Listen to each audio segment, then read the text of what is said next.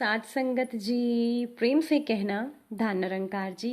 एक नई साखी के साथ स्वागत है आप सभी का आपके ही अपने चैनल पर। हमारी आज की साखी का शीर्षक है दिल लगाकर मेहनत करिएगा। चलिए सुनते हैं आज की ये साखी। साथ संगत जी, बहुत समय पहले की बात है। किसी नगर में एक सेठ रहते थे। उन सेठ जी के पास अपार धन संपत्ति थी, लंबी चौड़ी हवेली थी, नौकर चाकरों की सेना थी, भरा पूरा परिवार था। सब तरह के सुख थे, पर सेठ जी को एक दुख भी था।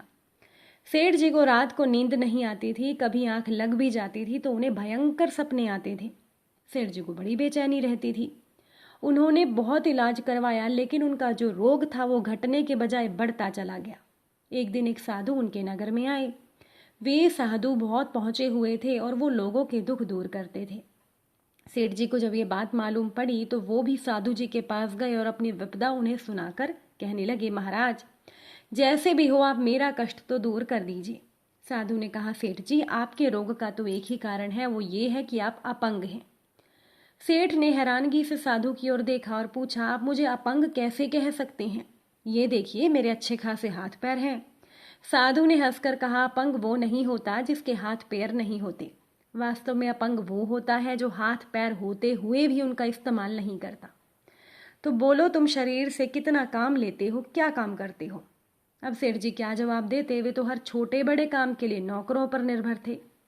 साधु बोले कि अगर तुम अपने रोग से बचना चाहते हो तो हाथ पैर की इतनी मेहनत करो कि तुम थक कर चूर हो जाओ।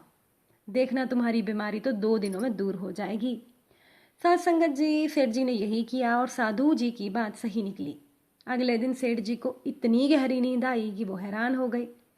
साथ संगत जी, अगर आपको भी रात को नींद नहीं आती है, या फिर कारोबार में सफलता नहीं मिलती है, या फिर लोगों से आपके संबंध अच्छे नहीं बन पाते हैं, तो एक बार दिल लगाकर मेहनत करें।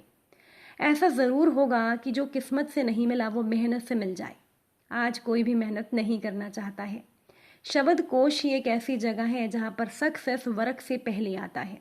कठिन परिश्रम वो कीमत है जो हमें सफलता के लिए चुकानी पड़ती है। मुझे लगता है यदि आप कीमत चुकाने को तैयार हो तो आप कुछ भी ज़रूर पा सकते हो।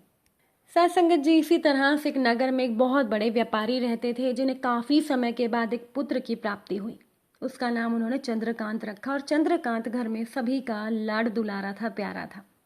अति कठिनाई और लंबे समय के इंतजार के बाद संतान का सुख मिलने पर घर के प्रत्येक व्यक्ति के मन में व्यापारी के पुत्र चंद्रकांत के लिए विशेष लाड प्यार था, जिससे चंद्रकांत बिगड़ गया। घर में किसी भी बात की कमी नहीं थी और चंद्रकांत की मांग उसके बोलने से पहले ही पूरी कर दी जाती थी। शायद इसी वजह से चंद्रकांत को ना सुनने की आदत नहीं थी और ना ही उसको मेहनत के महत्व का पता था। चंद्रकांत ने तो जीवन में कभी अभाव देखा ही नहीं था, इसीलिए उसका नजरिया जिंदगी के प्रति बहुत अलग था। और वहीं पर व्यापारी ने कड़ी मेहनत से अपना व्यापार बनाया था। ढलती उम्र के साथ व्यापारी को अपने कारोबार की चिंता होने लगी। व्यापारी को चंद्रकांत के व्यवहार से प्रत्यक्ष था कि उसके पुत्र को मेहनत के फल का महत्व नहीं पता। व्यापारी को आभास हो गया था कि उसके लाड प्यार ने चंद्रकांत को जीवन की वास्तविकता और जीवन में मेहनत के महत्व से दूर कर दिया है। तो बहुत देर सोचने के बाद व्यापारी ने फैसला किया कि वो खुद ही अपने बेटे को मेहनत के फल का महत्व सिखाएगा, चाहे उसके लिए उसे कठोर क्यों ना बनना पड़े। अब व्यापारी ने बेटे को पास बुलाया और बहुत ही गुस्से में कहा। व्यापारी बोला कि तुम्हारा मेरे परिवार में कोई अस्तित्व नहीं है, तुमने मेरे कारोबार में कोई योगदान नहीं दिया। मैं चाहता हूँ कि अब तुम अपनी मेहनत से धन कमाओ, तब ही तुम्हें तुम्हारे धन के मुताबिक 2 समय का खाना दिया जाएगा। ये सुनकर चंद्रकांत को ज़्यादा फर्क नहीं पड़ा। उसे लगा कि मेरे पिता का एक क्षण भर का गुस्सा है, दूर हो जाएगा। लेकिन व्यापारी ने भी अब ठान लिया था। व्यापारी ने घर के सभी सदस्यों को बोल दिया कि कोई भी चंद्रकांत की मदद नहीं करेगा और ना ही उसे बिना धन के भोजन दिया जाएगा। चंद्रकांत से सभी बहुत प्यार करते थे, जिसका कि चंद्रकांत ने फायदा उठाया।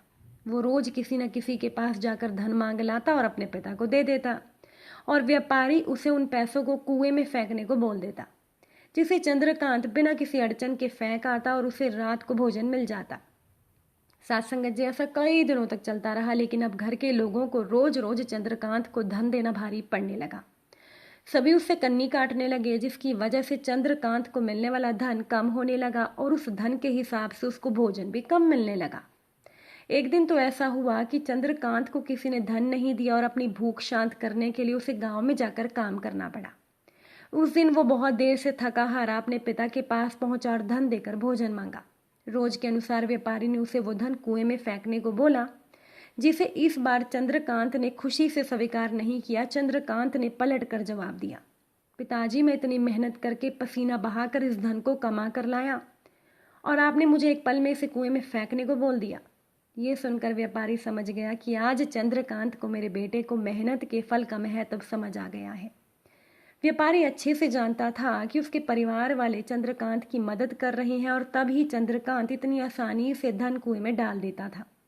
लेकिन उसे पता था कि एक न एक दिन सभी परिवारजन चंद्रकांत से कन्नी काट लेंगे। उस दिन चंद्रकांत के पास कोई विकल्प शेष नहीं रहेगा। आज व्यापारी ने बेटे को गले लगाया और अपना सारा कारोबार बेटे को सौंप दिया। साथ संगत जी, आज के समय में उच्च वर्ग के परिवारों की संतानों को मेहनत के फल का महत्व पता नहीं होता और ऐसे में ये जिम्मेदारी, ये दायित्व उनके माँ बाप का होता है कि वो अपने बच्चों को जीवन की वास्तविकता से अवगत कराएं। लक्ष्मी उसी घर में आती है जहाँ उसका सम्मान होता है।